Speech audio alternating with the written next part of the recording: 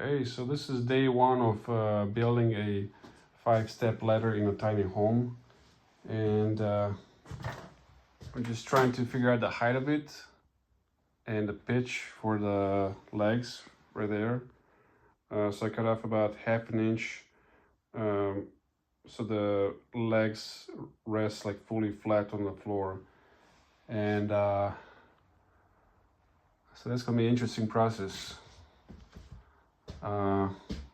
The wood is oak, and it will have like 2 hooks that will rest right here on this rail, which would also have a one of those barn style doors, kind of like here, which will roll on this frame. So that's gonna be a cool, interesting project. What do you guys think about this?